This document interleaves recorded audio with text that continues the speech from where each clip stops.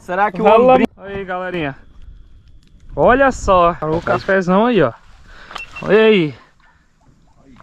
Coisa boa. Maravilha, senhor. Olha o ambiente, pessoal. Fogueirinha ali, ó. Tá lindo o negócio. Olha aí, galera. Tem combinação melhor. Café e bolo de milho que o nosso amigo Paulo Top Fish trouxe aí, ó. Complementar aí. O peixe tá ficando assim, ó. Vou pescar. Olha aí, pessoal. Olha aí como é que tá ficando.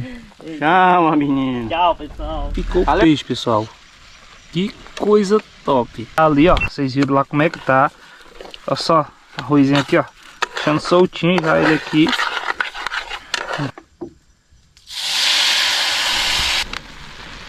Galerinha, o arroz tá quase pronto. Olha como é que ficou o peixe, pessoal. Que coisa top. Um pedacinho pra nós ver como é que tá. Só pra, é só um teste, né, galera? Não é porque a gente tá desejando peixe, não. Só um teste. Aqui, vamos ver como é que tá. Olha, ó.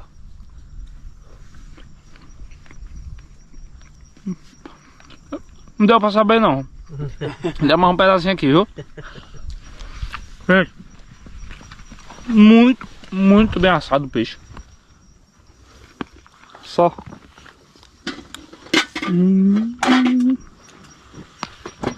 Só.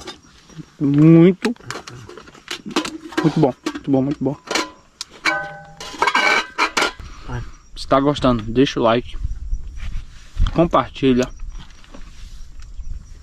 Comenta aí o que você tá achando do acampamento.